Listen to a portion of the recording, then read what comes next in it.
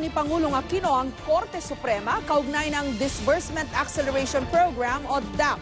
Ginawa ito ng Pangulo sa pagdalo niya sa selebrasyon ng 150th birthday ng bayaning si Apolinario Mabini sa Tanawan, Batangas. Samantala, umaasa ang mga senador na mas mabibigyang linaw ang usapin ng DAP sa pagharap ni Budget Secretary Butch Abad sa pagdinig bukas sa Senado.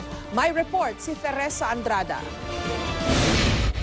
Muling humirit si Pangulong Noynoy Aquino sa Korte Suprema sa kanyang talumpati sa paggunita ng ika-150 kaarawan ni Apolinario Mabini sa Batangas. Ayon sa Pangulo, paano raw naging unconstitutional ang cross-border transfer kung mismong Korte Suprema ang gumawa na nito dati.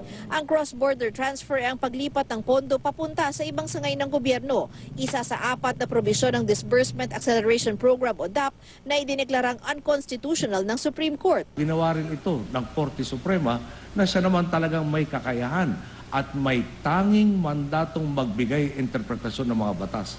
Lalong tumibay ang paniniwala nating na nasa tama ang ating mga kilos.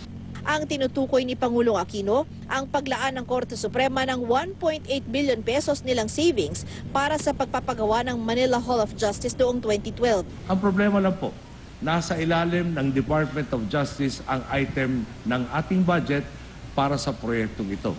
Malinaw po, ang pera ng hudikatura inilaan nila para sa proyektong ehekutibo dapat ang gumagawa.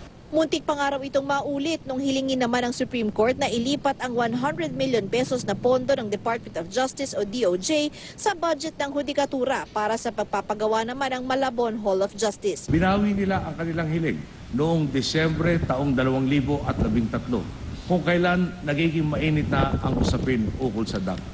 Pero malinaw na naman po sa mga halimbawang ito ang pagtatangkong magsagawa ng tinatawag nilang cross-border transfer.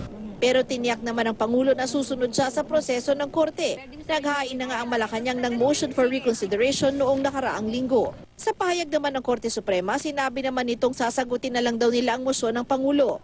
Habang umiinit ang debate tungkol sa DAP, patuloy naman ang protesta ng mga pabor at tutol dito. Kanina nagpang-abot ang mga grupong kontra DAP sa mga nakadilaw na taga-suporta naman ng Pangulo.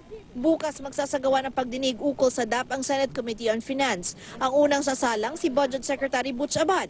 Hindi bababa sa 10 senador ang kumpirmadong dadalo sa pagdinig. Ito at least minsanan, isahan, hindi lamang para sa benepisyo ng publiko pero para sa record din ng Senado at hindi yung nasusulat lamang sa pahayagan ang kanyang mga kasagutan kaugnay sa DAP under oath pa. Teresa Andrada, GMA News.